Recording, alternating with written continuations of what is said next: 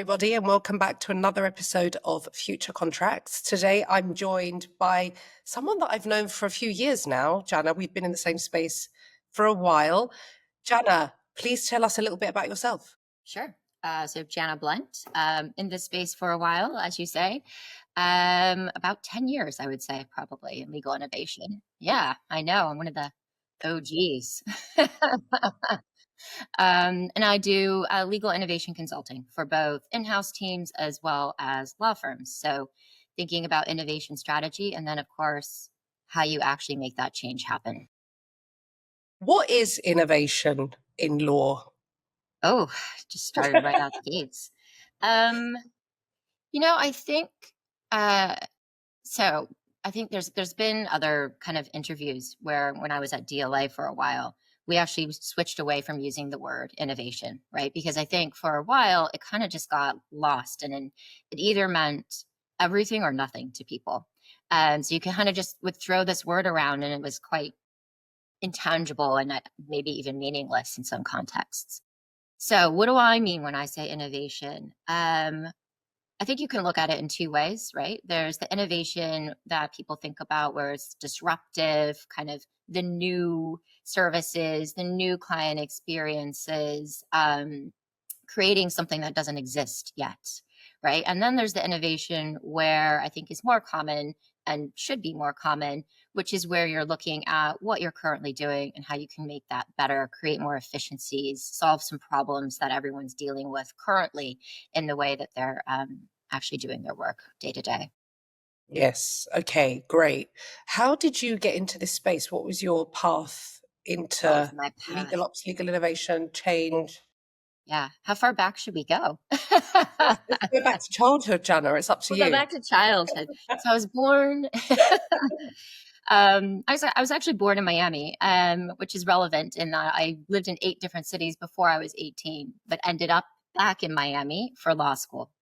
And I think I was quite stereotypical in at least the US, where I went to law school because I was told I was intelligent. I could read and write well, but I didn't really know what to do. And uh, I enjoyed it. It was great. I met, great people like Preston, for instance. And I think actually being in Miami and going to that law school laid certain foundations, right? Like even when I was there, they were pushing things like a joint JD MBA. So learning about the business aspect in conjunction with learning the legal aspects or the law. So that was a really great foundation. I think a bit different than a lot of other law schools back when I was in law school. And so then I practiced as a litigator in Miami for about 5-ish years.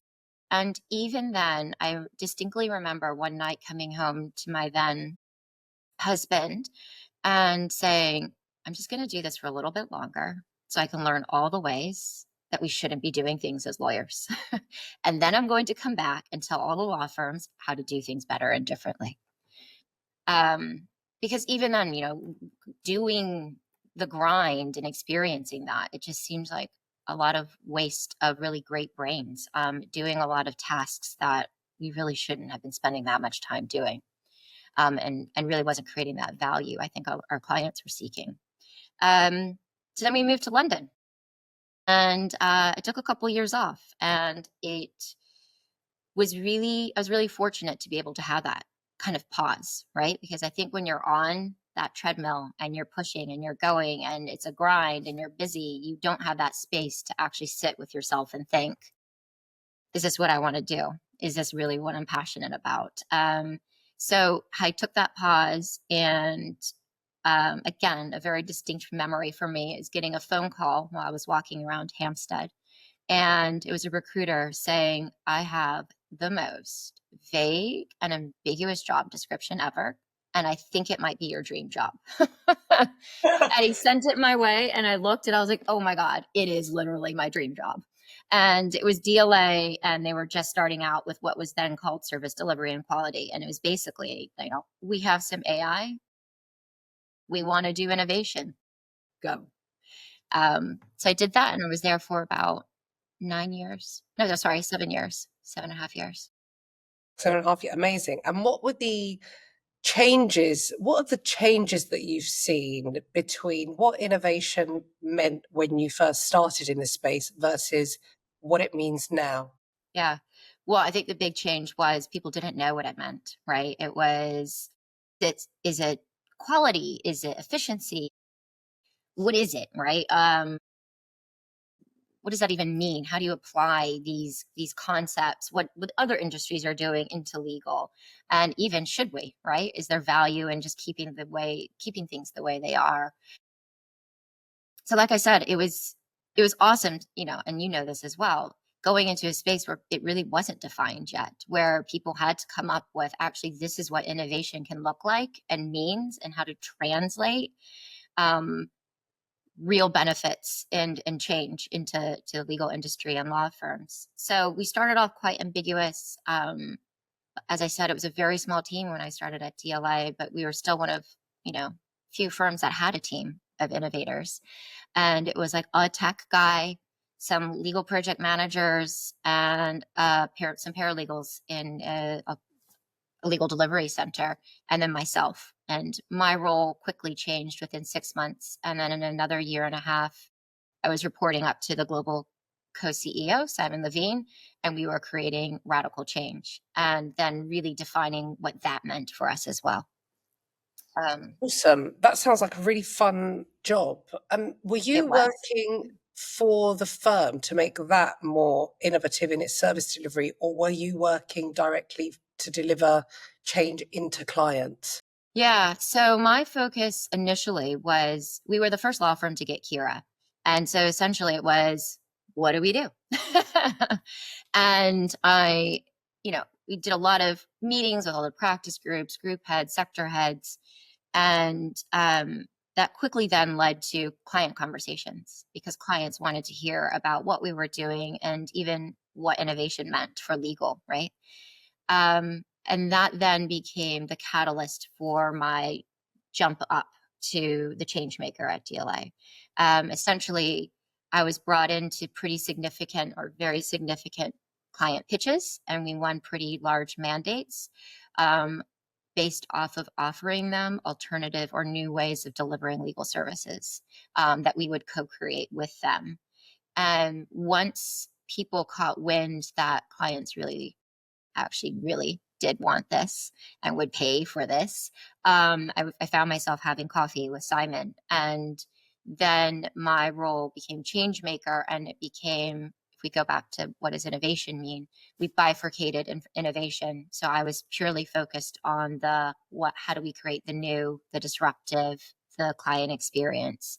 Um, and as you know, I'm very passionate about design thinking. It was always the premise that we use design thinking because we needed to make sure that all the new products and services were grounded in real client needs and desires rather than what we thought was cool and sexy and fun. Yeah, I've got loads to say on design thinking, but before I go there, um, just on the kind of change that you're delivering into clients, I think that has been the biggest barrier to the legal transformation that we've been hearing about and been promised Hmm. over the last, I'm going to say, decade. I Yeah. mean, I started up in this space in 2017, and legal ops wasn't even a term that was widely known. And I think that a lot of the stuff that you're talking about is just better legal operations, right? How do you work better to deliver your service either internally or externally? And so it's just legal ops is a space. It's a well kind of structured. Everyone understands kind of what it means, Yeah. kind of, but they've heard it before, probably. Hmm. So you've got that bit. Then you've got change. How do you implement change? Because it's not just about legal ops and better processes. And then there's methodologies like design thinking that you would leverage to deliver change and better legal ops structures. So that's not a question. That's a lot of different kind of areas that I want to touch upon. But I'll hand that over to you. What do you think? Yeah. And I think that's kind of the biggest, maybe, I think, as you were saying that, I was thinking, my God, how many people actually understand that, right? Like that all of those components are necessary and play a very important part into this ecosystem of actually making change happen, right? Um, and I think to your point, that's probably where we're seeing not as much change happen because people understand, I think, on a high level, you know, we work in law firms. Many people are very highly intelligent humans, and they can see what's going on. I would struggle, I think, today to find a lawyer that would say everything's fine the way it is, nothing's going to change, right? Where I think we as an industry struggle, though, is that's not been our day job, right? There's some of us have been doing it for a decade or so, but really, what's needed is it's not a point solution. You can't just have some people on the side that are doing the change. It's really thinking about holistically, how are we going to operate? And that means so many different layers and levels with different processes, different methodologies, different mindsets, different technologies, but you need all of that in order to effectuate real change, right? You can't just have people that are eager without the tools in order to make the change. You can't just have the tools without people that have the mindsets to be willing to learn how to use them, right? So really what's needed is to bring all of that together. And that's quite significant. That's a lot. And it takes a lot of thinking and planning and strategy. And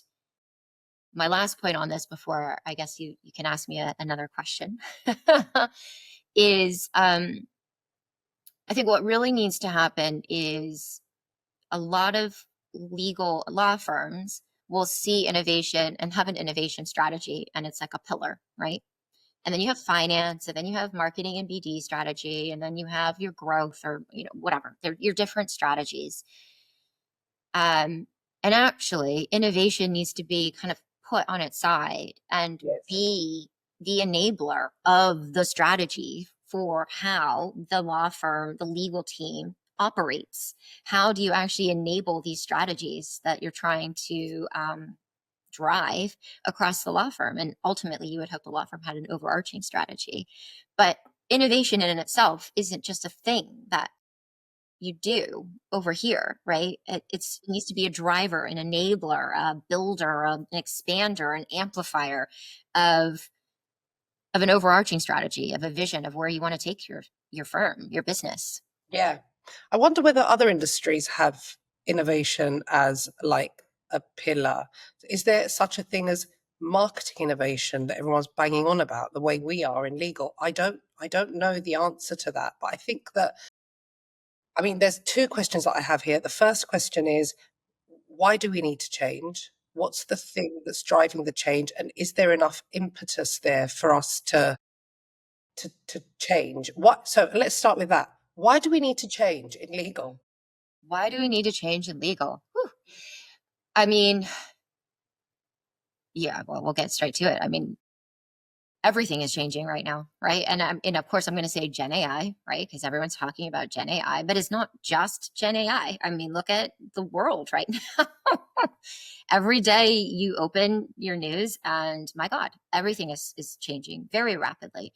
Not only geopolitically, but then even the different generational approaches to work and the way they see work and the way they want to work and how they relate to others in the workforce. Like, how do you train them? How do you grow and build your business with these very differing views as to what it means to be employed and what a career path might look like?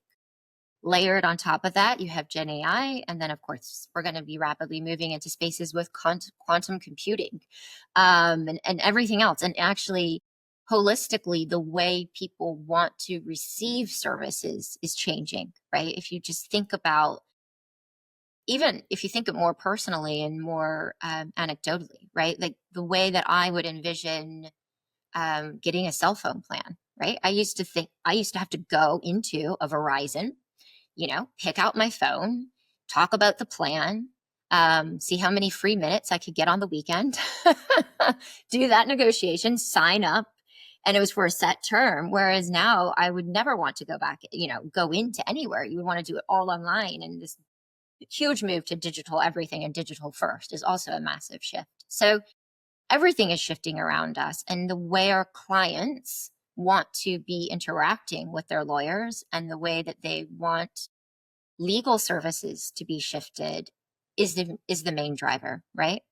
And I think you can look at change in a couple ways, like defensively, let's change to protect our Yes, business, I right? like this.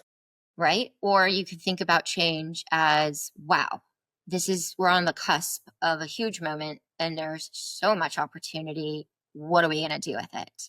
I tend to love to be in the latter space.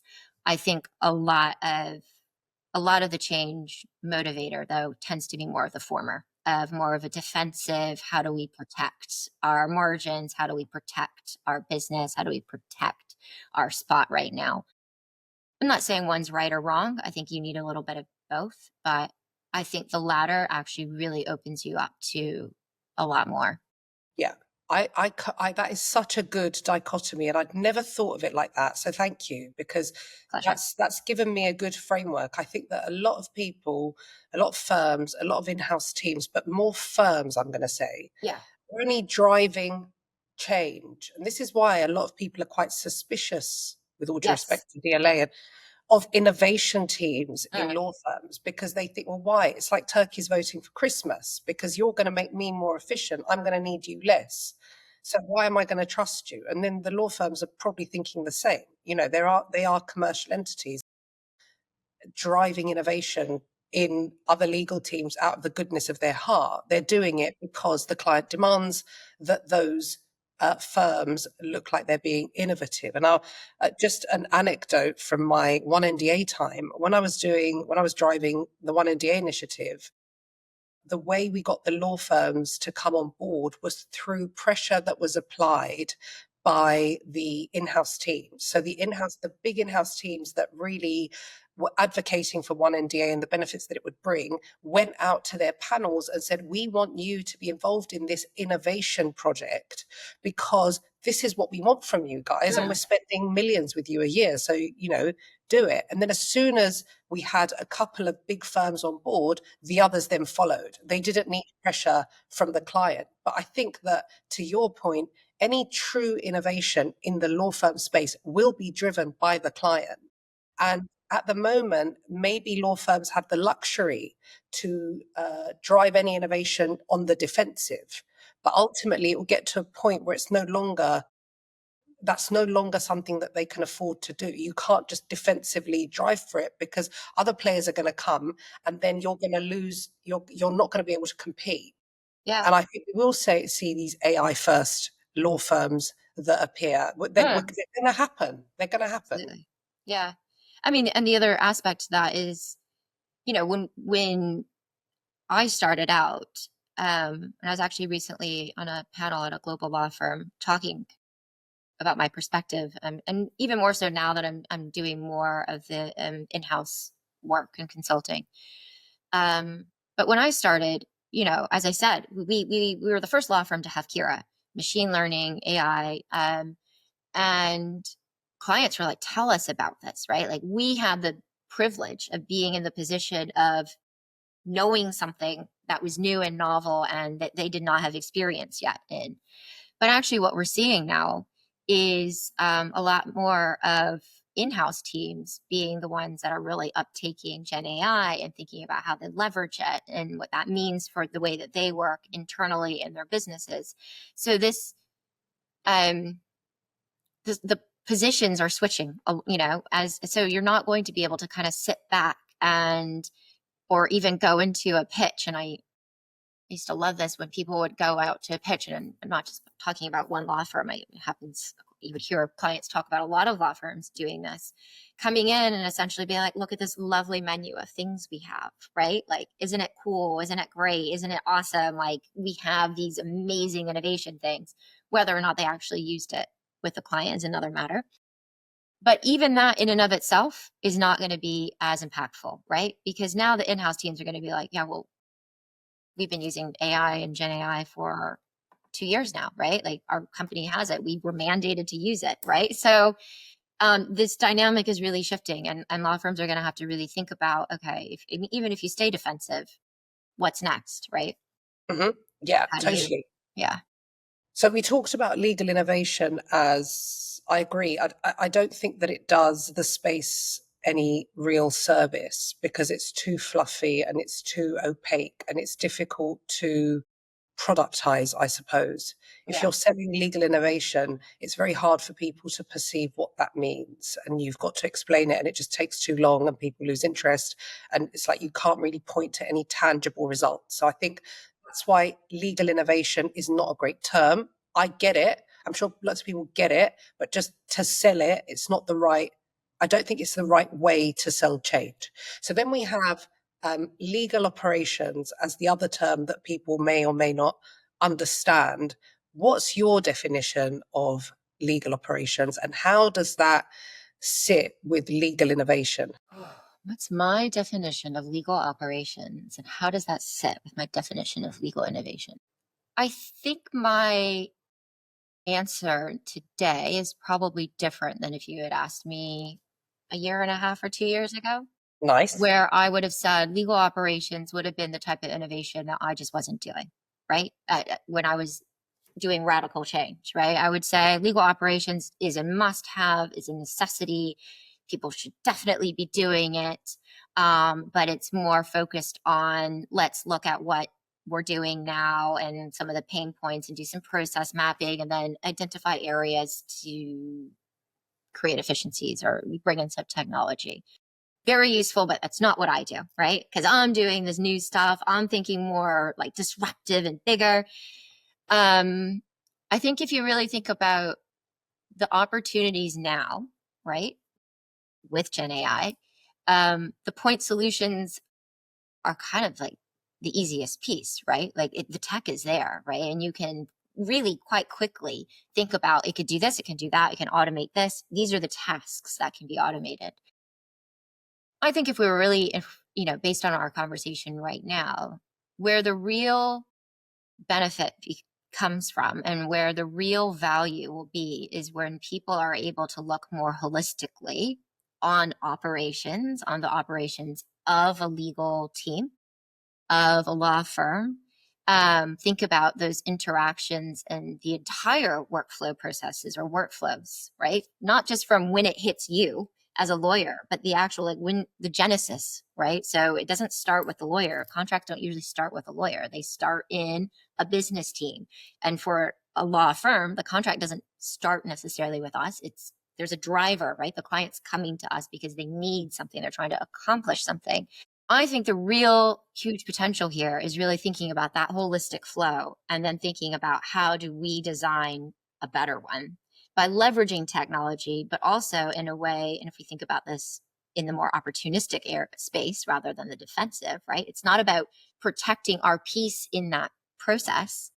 It's flipping it to think about, my God, we have all this technology that can enable massively and way different ways of working and different touch points and interactions for the humans involved. And if you really think about redesigning that, that's huge, right? That is actually really quite disruptive and can give you entirely different operating models and business models and value propositions and.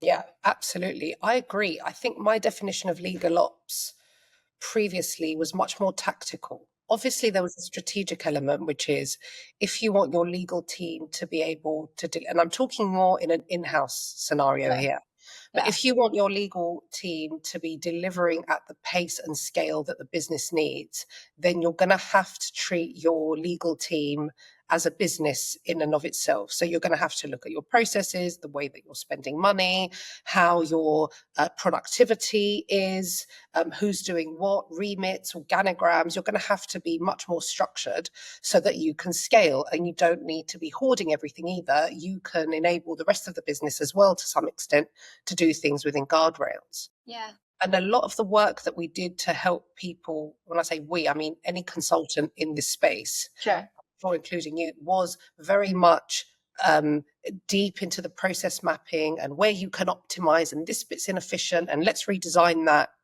But I think now the legal ops remit is going to become much more strategic because, to your point, it can't just sit within legal anymore. Yeah. It's but it has the capacity to become something much broader. So you're going to have to really understand the business strategy, what the interests of the finance team are, and you're going to have to tie all these things together and fit into this broader business um, strategic operations. And you're not just a cog anymore. And I think legal ops is going to have a much more important seat at the table.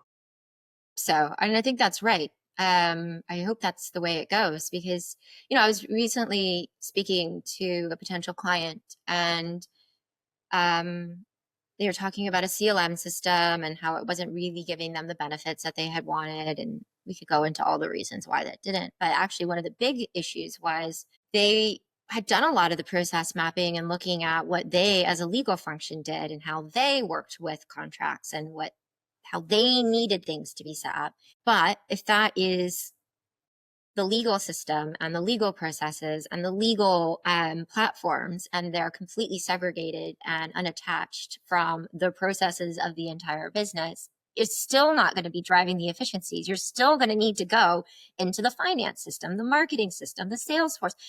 And you have all this disparate kind of point solutions across a business.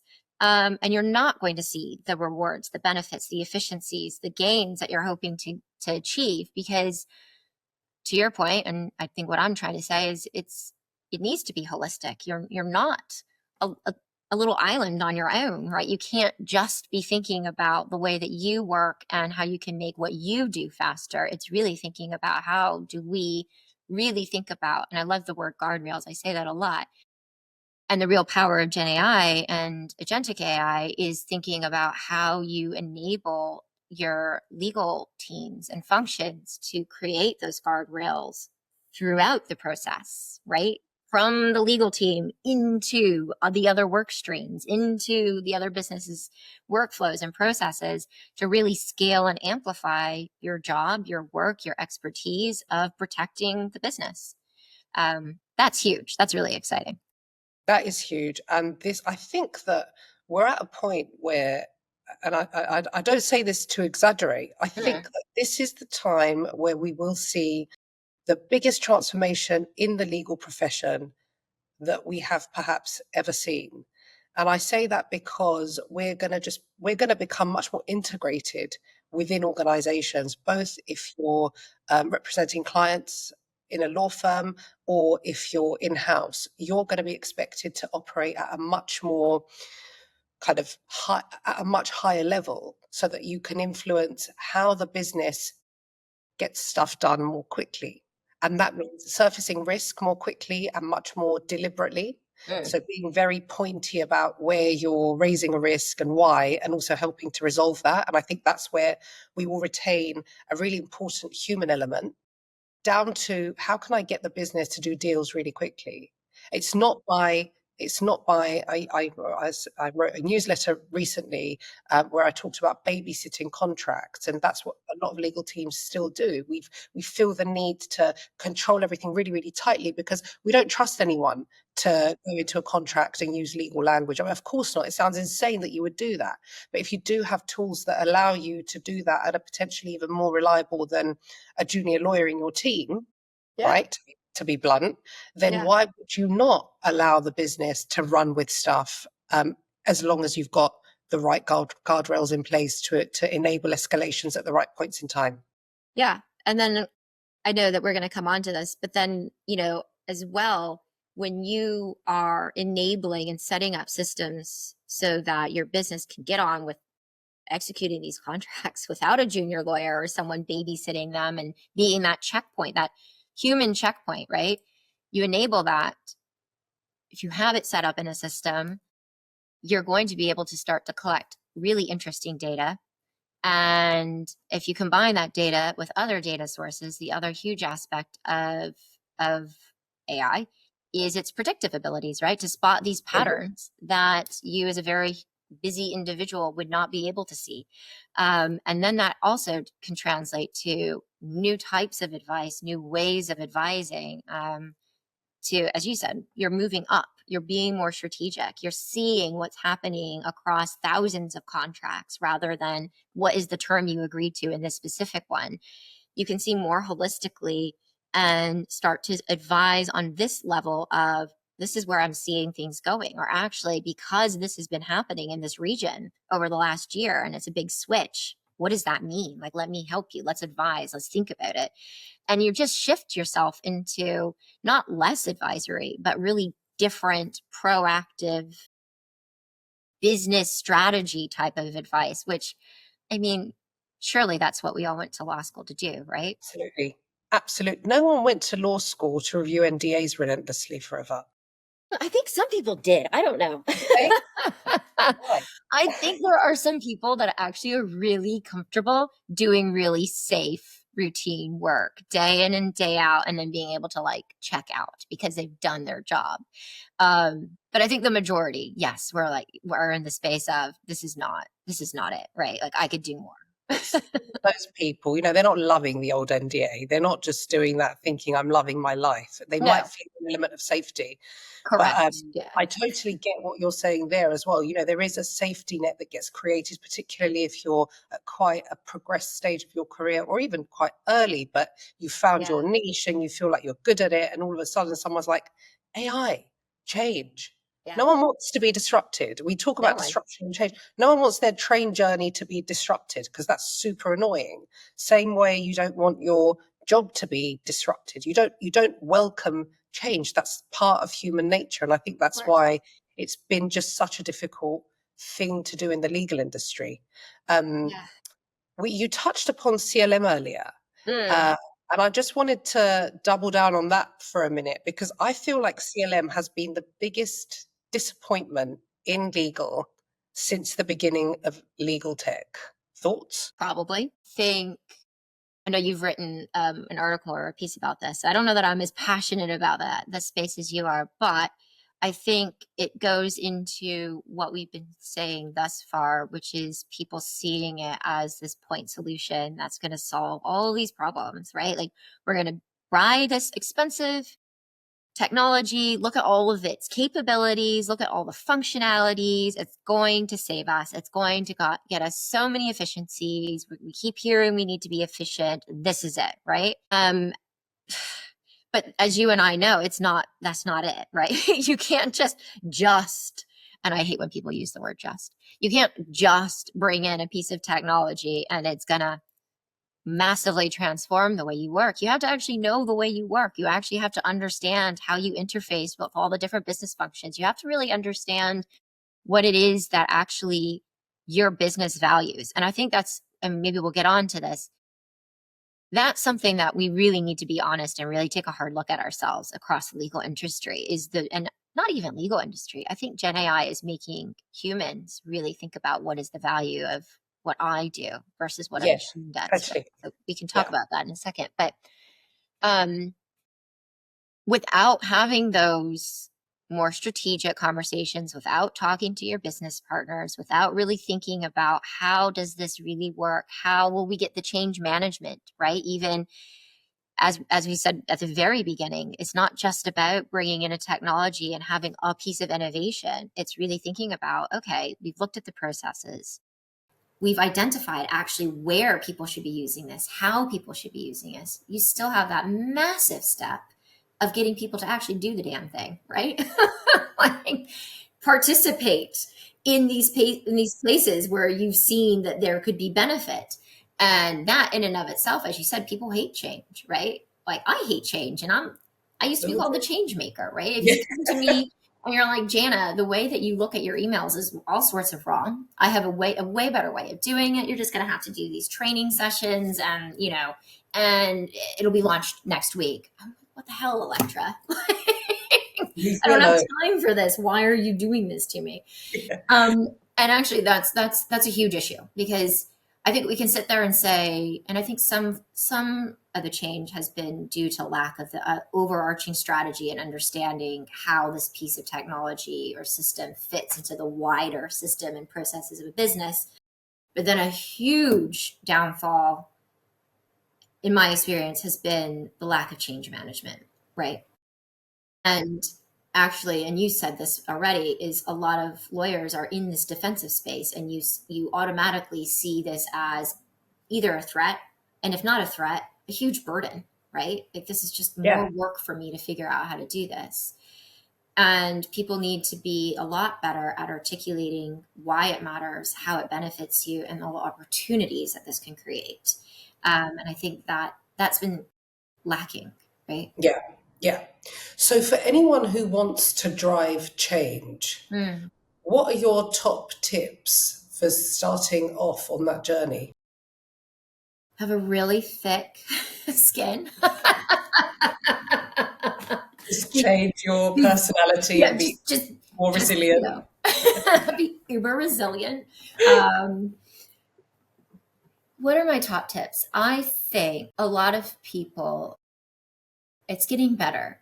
And you're seeing a change in the demographic of who's been driving change. And I mean that in not just physically, but like demographic of the individuals of like where they've come from and their past experiences and how they approach change, full stop. I think a lot of change initially was, and some people still believe this, is it's an individual that's quite strong, they know what's right, and they're gonna drive it, right? And of course you do need to have some expertise and know what you're doing to do this well. But actually, and this maybe brings up or brings in design thinking again and why I was so passionate about it. It needs to be meaningful, right? And to actually be an effective change maker, to lead change, to drive change, you need to be articulating that change in words and ways that resonate with the people that are needing to experience it, that need to actually participate in it. And it can't just be driven from the top in a way that says, because this is what our, too high level. You really do need to get to understand the people that are experiencing it. And that can look like a lot of different ways, but if you don't spend the time really getting to know the processes, the people, the client wants, the client needs, the benefits, then you're going to fail. You just are, right? You might bring in some really cool things, but no one's going to use it. And that's not real change. The other thing I would say is change is always changing, right? So while you do need some expertise, the expertise is created by continuously learning and exploring and being curious and having conversations and talking to different people and going to events and constantly staying on top of what's going on, because it's not static, right? Even in our spaces, we can roll out. If we think about productizing innovation and the services we do, you're going to have to switch what that is in a year, right? It's not going to be the same. So you need to be curious. You need to continuously learn. When I say learn, I mean that about in both aspects of learn about your humans that you're impacting and dealing with and doing change with and for. And I mean that as well with the technologies and the larger impacts that are going Mhm. around that are influencing and requiring the change to happen. Yeah. And I, then you do I have to have a tough skin. I stand by you that. do. You can't just give in and be accommodating. It doesn't get you very far. Be non-agreeable for sure. Exactly. Um, I agree. I think that having driven change in the past, you've got to really understand your audience and be Mm, really clear about who this change is impacting, not just what the change will deliver, but right. who this change is impacting, what their roles are, what they're interested in, what drives them, but also what they're afraid of, and Yes. speak to both those things, because it's just you're dealing with humans. And I Mm, think that with a lot of change agendas, people almost forget that. They're thinking about this is the process that's going to change. This is the tool that we're going to use. This is how we're going exactly. to get the day. Cool. What about Linda? You know, how is she going to be able to? And it's not just about training, it's about hearts and minds and getting people on Yes. board early and allowing them to influence how you're going to drive this change, which, yes, to Absolutely. your point, brings us back to design thinking. So, what is design thinking? Yeah. I love how it's just like kind of blown up, right? Since, well, in the last couple of years. So it's great. Um, on its simplest level, it is a process to come up with the more innovative new products and services technologies. There's a lot of different frameworks. I think the one I've been using is kind of three steps: empathy, ideation, and then prototyping. So empathy, really understanding the users, the humans, that where the needs are, even if they're not able to clearly articulate what those are, you're going to discover them through the different techniques of the empathy phase. Ideation, that's more the stereotypical post-its on a wall, like let's go crazy, Lego and everything else, like cool and fun, which is important, and it should be fun and exciting. And then prototyping, experimentation. I think this is where a lot of people can get hung up and forget to do this step, which is not fully rolling out an idea, right? Actually testing some assumptions, playing with things, doing short experiments to make sure, does this actually have legs? Do people actually people want to use this, and how? So that's the process, right? And all innovators should know that process as one of their methodologies of creating change in new products and services. But for me, what I get really passionate about, and I see the real power of this, is it's in the mindsets, right? The mindsets that you have to have and the space that you have to be in while you're going through these steps. And that's where I saw the huge benefits at DLA even, right? And that's why we launched it to the entire law firm. It wasn't that I wanted thousands of lawyers to be product designers. It was that I wanted not just the lawyers, like everyone in DLA could take part.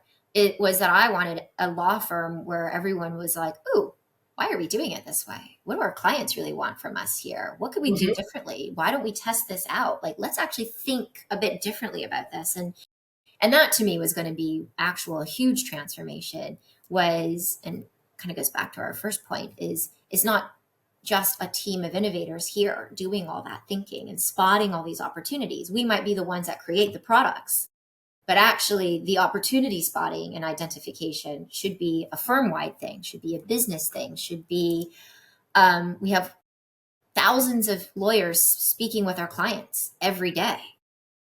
All of those opportunities, right? That's where you're going to really get the real insights and real needs that haven't yet been addressed. So that's design thinking. And then, of course, there's legal design, which is the application of like human-centered design in understanding complex legal documents and contracts as well, which is hugely important. Yeah. I mean, I've talked a lot about legal design and thought a lot about legal design because it's great. Like it's a methodology, isn't it? It's just the way in which you do a certain thing. So legal design, I think, again, suffers from a branding problem. The same way legal innovation, legal ops, and legal design all have branding problems because they don't communicate what they do on the tin. And it's hard to build a business on that. It's hard to productize it. It's hard to communicate the output, the results, the impact when things are poorly branded. And I think that one of the reasons that legal has been one of the last industries to really transform and change, even though around us other industries or other teams internally within an organization are working in a much more efficient or kind of forward thinking way, is because we just haven't had the language to communicate what we need to do in order to get there. And also the get there hasn't been clear. So there's been a lack of structure and agenda as to where we need to get. And I don't think that's anyone's fault. I think that what legal does is complex and is different and is nuanced. And so it's difficult to package it. You can apply design thinking principles or legal design to an IP part of a legal team that deals with intellectual property or data protection or contracts. But it's hard to articulate what it is that you can do for them until you're in it and see where the problems are and the friction lies. And what the reason that person's not engaging is because this process is broken.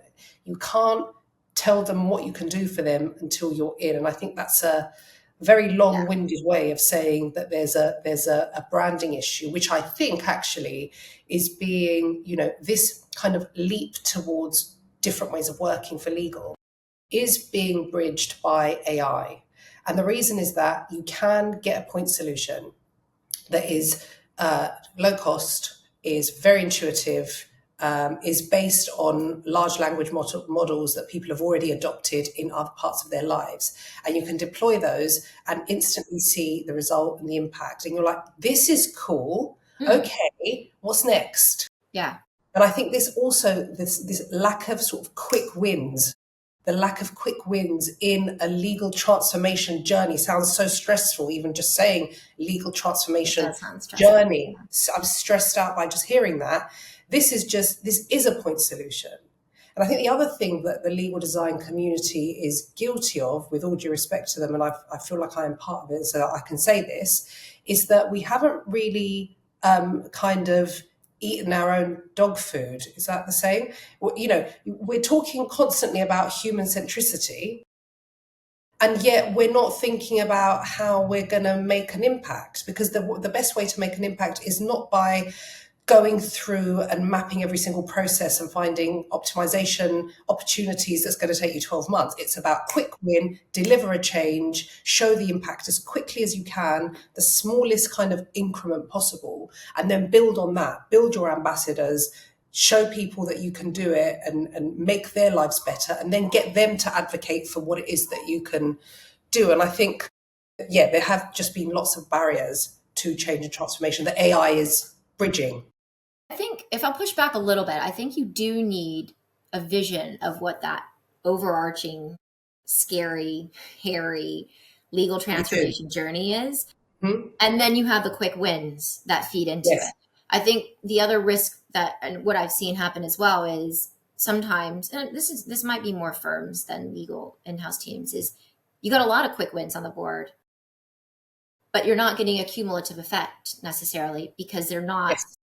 geared or pointing in the same direction. So I do think, you need to spend, and you can use design thinking in that as well, right? What are the opportunities? Where do we want to go? What does that future look like? And then you're right. And then it's the quick wins that build up to this vision that you have.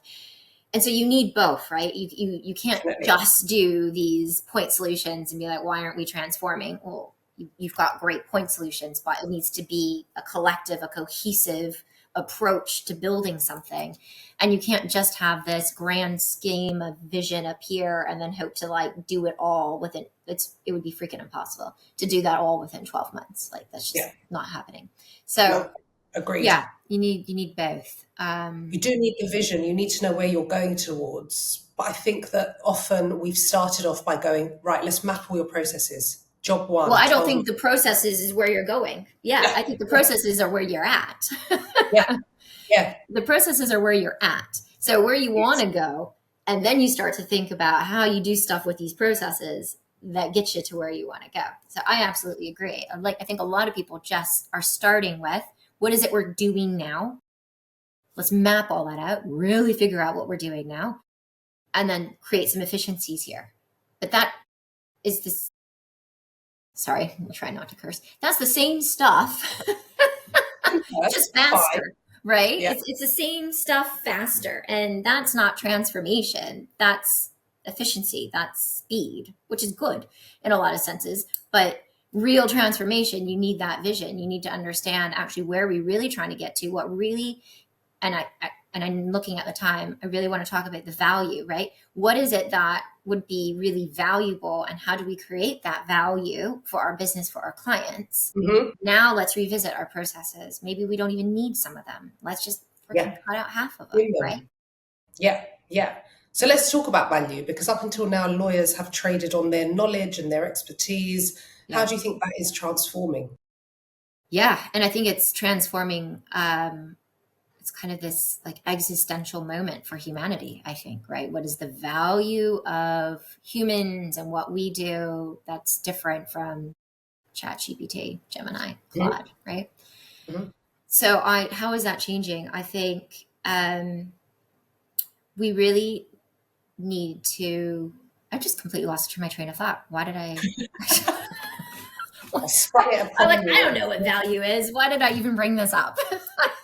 I think you commented on a post that I did on LinkedIn around, up until now, your value as a lawyer has been your knowledge and your Yes. Okay. expertise. Thank you. What Yes. if that isn't your moat anymore? Yeah. So and this is where I was trying to get to. And even when I think about my kids and like what they need to learn and what skills they need Yes. for the God. future, is we need to be, and this is really uncomfortable, really, really uncomfortable, is we're getting into a space where we need to be selling, because we are businesses and trying to make money as individuals, but selling more our capability of understanding and problem solving rather than our expertise in specific problems.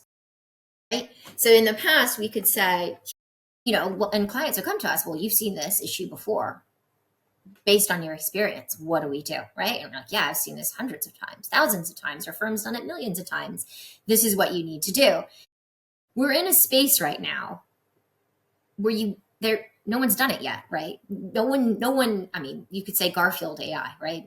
There's an AI first law firm, but they just launched, right? So you don't have that to fall back on. You can't sell the fact that you've done this 1,000 or 100 or even 20 times before. And what this big shift is really getting into this space of, I might not know this problem, but I am a great problem solver. I do know I have really strong analytical skills, negotiation skills. I'm bringing in my ethics and my ability to analyze that and being able to see what future implications might come out of the actions that we take now so that we can solve this together and map out what this looks like together. That's a different mindset, full stop. And it's highly uncomfortable for a lot of people, most people probably, right? And not just legal, it's most professionals sell their expertise and their Yes. experience of having done something before. And That's now we're really moving to it's green fields or blue ocean or whatever analogy or book you've read. It's one of those, right? And now we need to rely on people's abilities and capabilities rather than past experiences and expertise. Yeah, it's not just learning how to do something on repeat. It's about engaging your critical skills, your critical assessment skills to overcome things that you can't just codify. It's that creativity element. And I think there's a lot of kind of talk about AI killing creativity or killing critical thought. I think it'll be the opposite. I think that we're going to have to force ourselves totally outside of our comfort zone to really, differentiate. Yeah, I saw a post, I think it was Nicole Braddock just now on LinkedIn Mm, talking about how so many people are saying Gen AI is going to kill the designer, right? mm. And actually, she was saying it shouldn't kill the designer. The designers are just going to be able to have AI do a lot of that grittier stuff of creating the images, making sure it's aligned and the color schemes consistent, etc. I don't know. I'm not a designer, so I'm probably butchering all the things that go into it. But the main point was you still need the human to say, this is actually what our client wants. This is good taste. Or keep going. Or no, you're good. We're stopping here. This is what we Yeah, need. yeah, yeah. Um, and you're right. It's a different skill set, and that's still creativity, and that's still being able to make sense and really tap into what is it the humans would like from all of this, right? And that's a more holistic shift happening across all industries right now. Mm. Very, very interesting. Jana, thank you for an excellent conversation. I could talk to you for hours. Really appreciate your time Yeah, there. pleasure. Thank you. I love And talking for hours. awesome. Thanks so much, everyone, Yep. for listening. Thanks, Jana, for being here. And Thank you. tune in for the next episode. See you soon.